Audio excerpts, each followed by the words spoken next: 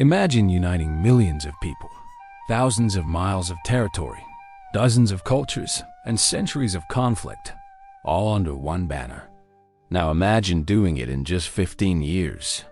This is the story of the Qin Dynasty, the first imperial dynasty in Chinese history.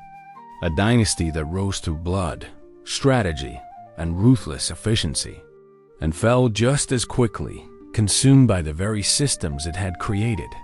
But its legacy? Unshakable. From the walls of ancient fortresses to the very name China itself, the Qin left fingerprints that remain to this day. In this video, we'll dive deep into how one man, Qin Shi Huang, changed history forever and why his empire couldn't outlive him. This is the rise and fall of the Qin Dynasty. Let's begin with the world that existed before Qin. Chapter 1. The Warring States, a nation torn apart. To understand Qin's rise, we must go back to the Warring States period, which lasted from roughly 475 to 221 BCE. China wasn't a unified country back then. It was a patchwork of 7 powerful states, each fighting for dominance.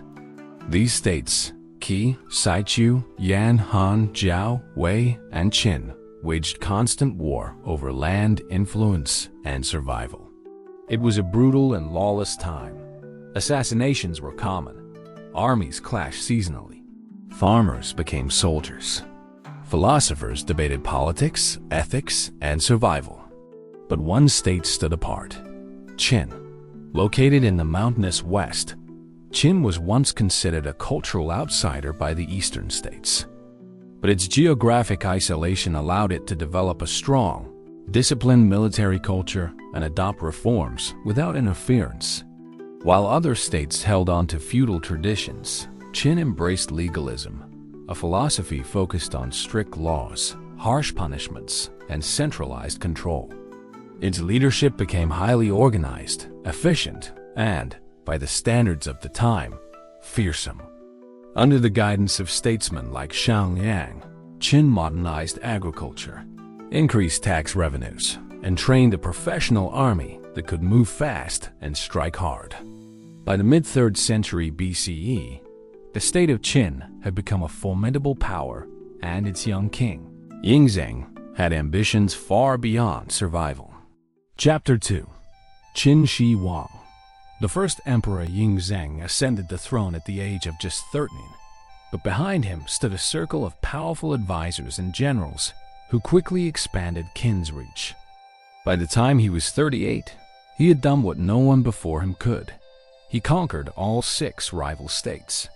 In 221 BCE, he declared himself Qin Shi Huangdi, first emperor of Qin, not king. Emperor. This was a revolutionary shift. Never before had all of China been ruled by a single sovereign authority. Qin Shi Huang believed he had created a dynasty that would last for 10,000 generations. He centralized power by abolishing the old feudal nobility, replacing their lands with 36 administrative provinces directly controlled by the emperor. He built a vast bureaucracy based on merit, not birth, although the state remained rigidly hierarchical. He introduced uniform laws, weights and measures, standardized coinage, and even standardized the written script. People across China, who once spoke and wrote differently, could now communicate in a unified system. This unification of systems is one of his greatest and most enduring legacies. But he ruled with an iron fist. The legalist philosophy favored harsh punishments, collective responsibility, and the suppression of dissent. One infamous example? In 213 BCE, he ordered the burning of books, especially those belonging to Confucian scholars, to erase the past and control the future. Those who opposed him were silenced. Many were buried alive. Qin Shi Huang sought control not just of the land, but of the minds of his people. Chapter 3. Infrastructure and innovation. Building an empire, while his rule was tyrannical, it was also transformative. The Qin undertook massive construction projects that reshaped the landscape of China. He ordered the building of thousands of miles of roads, connecting the empire like never before.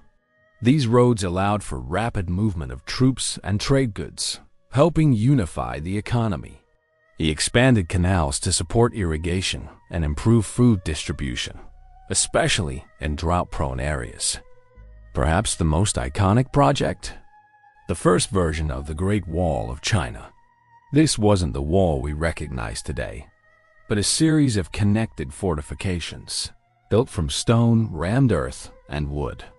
Its purpose was not only to defend the empire from northern nomadic tribes like the Xiongnu, but also to mark the northern boundary of civilized China.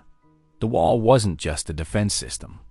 It was a symbol of order, separation, and Qin dominance.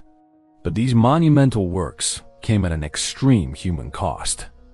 Hundreds of thousands of laborers, many of them peasants or convicts, were forced to work under brutal conditions. Tens of thousands died building roads, canals, and walls, and their bones are said to have been buried beneath the very foundations they laid. Chapter 4. Obsession with Immortality. The emperor's final, despite all his accomplishments. Qin Shi Huang feared one thing more than rebellion or war: death. As he aged, his obsession with immortality grew stronger. He turned to alchemists and mystics, desperate for an elixir of life. He commissioned expeditions to mythical lands, including one led by a man named Su Fu, to search for islands where immortals supposedly lived. He consumed dangerous concoctions, including those laced with mercury, believing they would extend his life. Ironically, these very medicines likely contributed to his death. Still, he planned for eternity. He ordered the creation of a massive underground mausoleum, protected by one of the most extraordinary discoveries in history: the Terracotta Army. Over 8,000 life-sized warriors, each with unique features, were buried to guard him in the afterlife. Alongside them, horses, chariots, officials, musicians, a ghostly empire to mirror the real one. To this day, the actual tomb of Qin Shi Huang remains unopened, sealed beneath an artificial hill, said to contain rivers of flowing mercury. Chapter 5. Collapse. The Fall of the Qin. In 210 BCE, Qin Shi Huang died during a tour of his empire. His death was kept secret by his advisors for weeks, even falsifying letters to avoid unrest. But without his iron grip, the dynasty began to unravel. His successor, Qin Shi, lacked leadership and was manipulated by corrupt officials. The heavy taxes, forced labor, and oppressive laws that once built the empire now ignited rebellion. By 209 BCE, peasant revolts had spread across the empire. Military leaders defected. Civil war returned.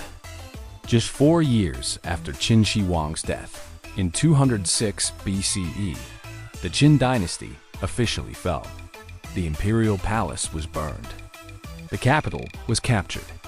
The dynasty, once seen as eternal, had lasted just 15 years. Chapter 6. The Legacy, a dynasty that shaped a civilization. So how can a dynasty that lasted only 15 years be so significant? The answer lies in its foundations. Qin set the model for the dynasties that followed, most notably the Han Dynasty, which adopted and softened many Qin innovations. The centralized bureaucracy, unified legal code, and standardized systems all endured for centuries. Even the word China is believed to be derived from Qin. Qin Shi Huang's ambition didn't just change his own time. It created a template for a unified Chinese state that would persist, in one form or another, for over 2,000 years. In many ways, modern China still echoes his vision. The Qin Dynasty teaches us that empire building is as much about vision as it is about force. Qin Shi Huang built a state powerful enough to reshape history, but brittle enough to break under its own weight. Its rise was unstoppable, its fall inevitable, but its legacy? Unforgettable. If you enjoyed this deep dive into ancient China, consider subscribing for more stories from the intersection of history and science. Leave a comment below. Which ancient civilization should we explore next? Thanks for watching, and as always, stay curious.